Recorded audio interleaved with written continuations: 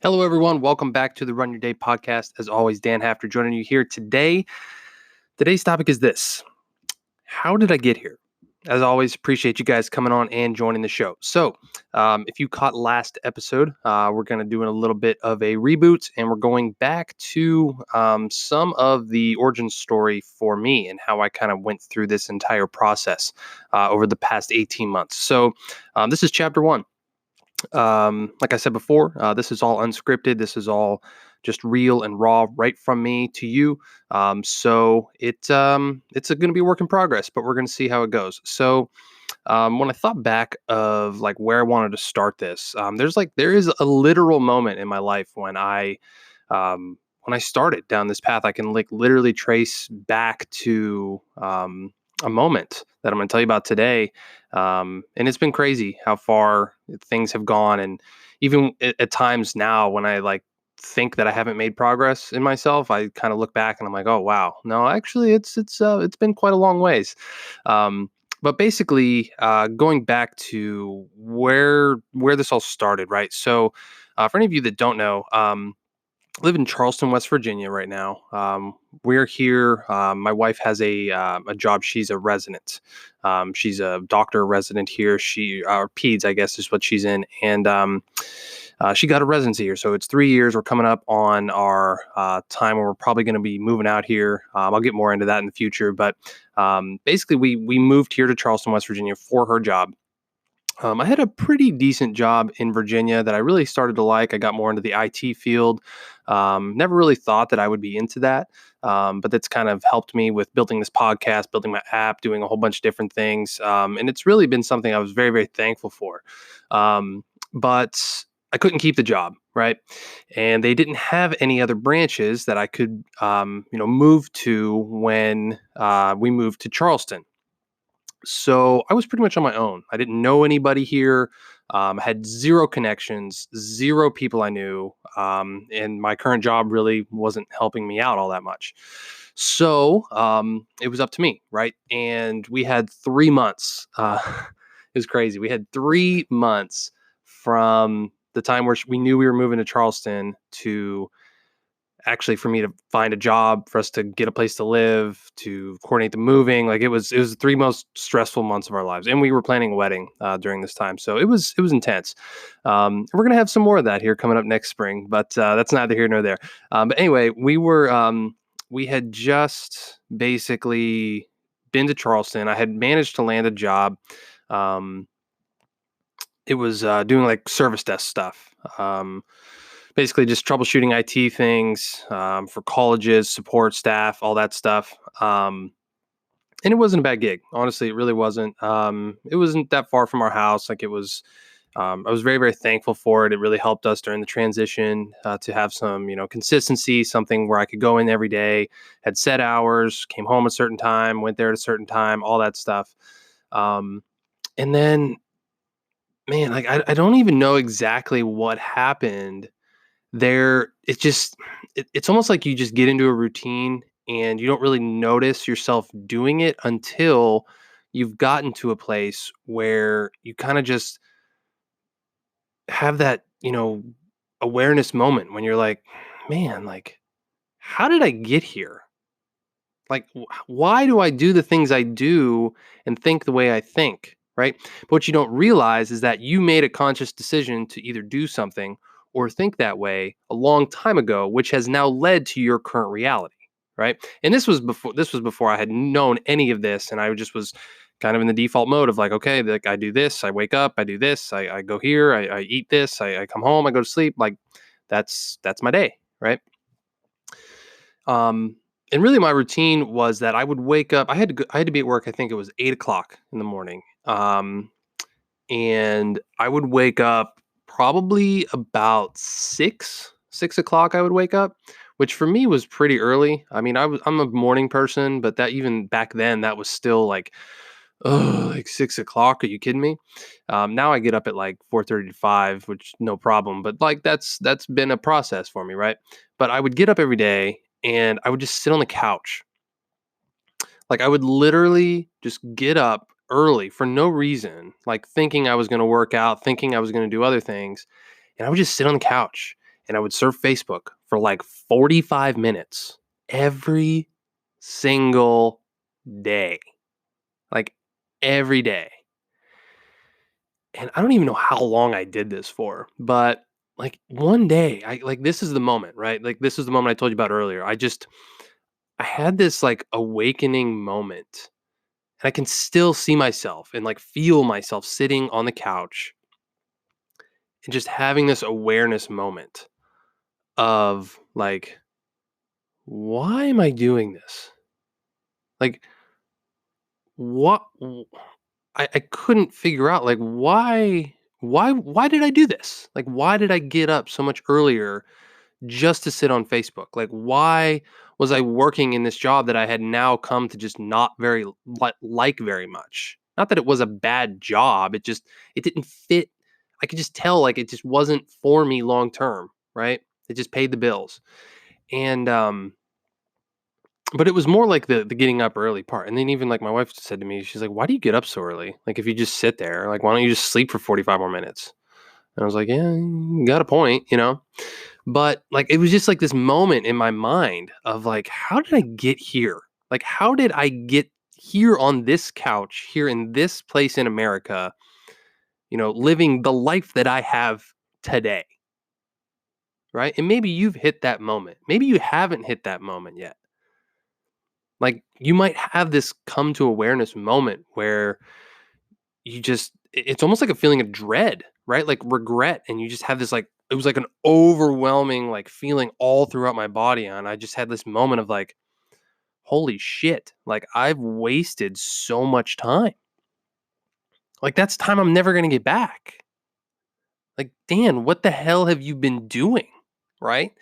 And it was something. Like it was really, really it was something. And I mean, granted, like I didn't just jump off the couch and like change my life that day. Like contrary to what you might think, there's a lot of things out there on the internet. A lot of people will talk about like, oh, I made this drastic change in my life in 90 days just by making this one simple decision. It's like, no, you really didn't, right? It's a process. It's a process. And I mean, it took me probably another, I can't even remember now. I mean, it took me a while. It took me a while before I started to really like sink my teeth into like, okay, this is where I am, and like just become fully present and like own that, you know, because that's really a tough thing for people to do. Like it's a tough thing. You might be going through this, like, or you might have gone through it. But it's a really tough thing to just sink your teeth into. Like, this is where I am.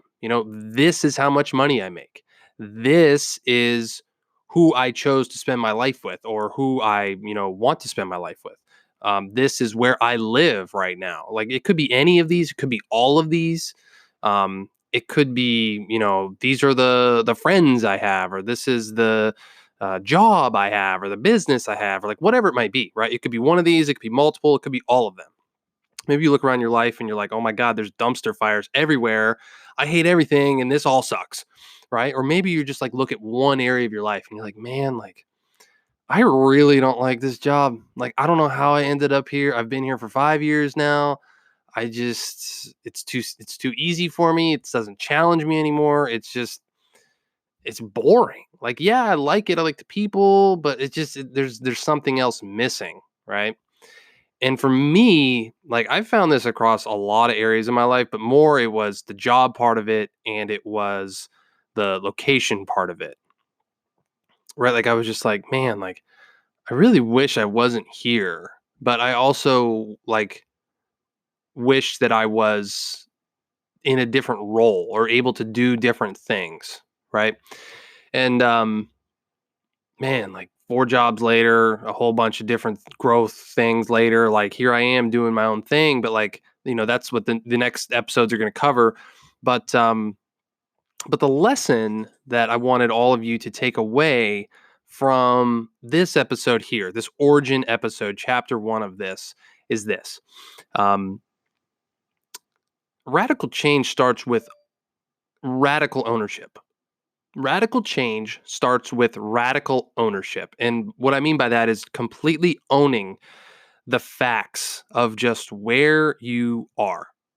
And this is a tough process. It can be painful, it can be dreadful, it can lead to a lot of unresolved things. Like it can. Like I'm not going to sugarcoat it, you know. And it took me a while. It's not just going to be like one day you're just like, oh wow, like this is what I can do. Like if you get to that point, like you're pretty elite at some other stuff, right? But for a lot of us, like it's a process. Being like, well, okay, this is what I have, right? Um, this is why I got there. This is the decision I made, whatever day and time or like whatever point in my life that got me to this. And either A, I like where I'm at, or B, I don't like where I'm at in this particular domain of my life, right? That's almost like the three-step process there of like being like, okay, this is what reality is. This is the choice that led me there. And either A, I like it, or B, I don't, right? So, radical change requires radical ownership.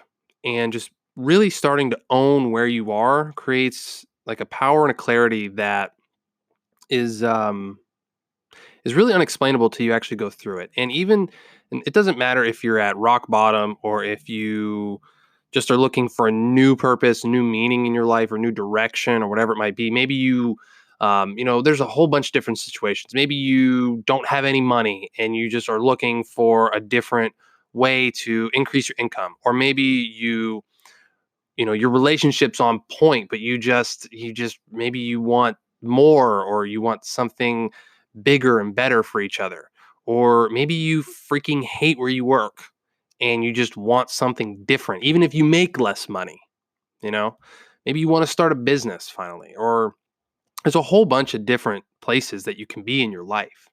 But ultimately, just assessing the situation and facts of where you are, and realizing that the one level deeper of that is realizing the choices that got you there, right? That radical ownership part of it, and realizing like, no, it wasn't my parents' decision, no, it wasn't my friend's decision, no, it wasn't my spouse's decision, no, it wasn't my pet's decision, no, it wasn't like my siblings' decision, it wasn't anyone's decision but mine to get the results and make the choice that I made, right? Like whatever it is, whatever choice that you made, just owning the fact that like you made the choice that led to the results that you have, because so many of us just blame other people. You think like, well, I was in this situation and this person and this was the only logical thing I could do. Was it really? If you think back, if you really think back on it, was it really the only logical choice that you had? You probably had a different choice. There's always a choice, right? And that's where the ownership part comes in, because you have to make choices. You have to freaking own the results that come of them, right? And even to this day, I still go through this, and I still have ownership issues when it comes to like, man, I made this choice and it's led to this result, and I really want to blame someone, or I really don't want to own that decision, but I have to, despite how uncomfortable it makes me, right? And it's tough. I get it. I completely get it. I completely get it. It's tough. But the good news is that there's support out there. There are ways out there. And one of the ways that you can start to get very, very clear and start to share the facts of what you have is there's all kinds of groups, there's all kinds of different hotlines out there. What I'm going to present to you is the Run Your Day membership, which is coming very, very soon. I know I said it was coming in the future, but I'm going to put together trainings on this. I'm going to put together groups on this. It's going to be really, really cool. So it's not available yet, but it's coming very soon. And if you're interested in it, you can head to runyourday.run/membership and you can get more info. Now, you won't be sent there directly. The site is still probably a couple weeks from coming back up. But the Run Your Day membership can help you get radical ownership of where you are. Like I'm putting together resources right now to help you get there. And it's stuff I wish I had back then when I was sitting on the couch, not realizing how lost I truly was. Right. And if it can help even one person, then that's great. That's phenomenal. So, lesson for the day, remember, radical change requires radical ownership. So, appreciate you guys joining in for chapter 1 of this. We're going to continue on tomorrow with a little bit more in-depth stuff and just the next phase of what I did from there. So if you guys appreciate this, as always, head over to the iTunes store, leave me a review. I would really appreciate that. If not, just head over to runyourday.run. There's a couple additional resources for you there until the full site comes up. And as always, you can send me a voice message through the Anchor app through this episode as well. So I really, really appreciate you guys coming on and joining. Have a great rest of your day. Dan Hafner signing off. Talk to you next time. Thank you for listening to the Run Your Day podcast. We hope you enjoyed today's show. If you did, feel free to share today's show with friends and family. Until next time, have a great day.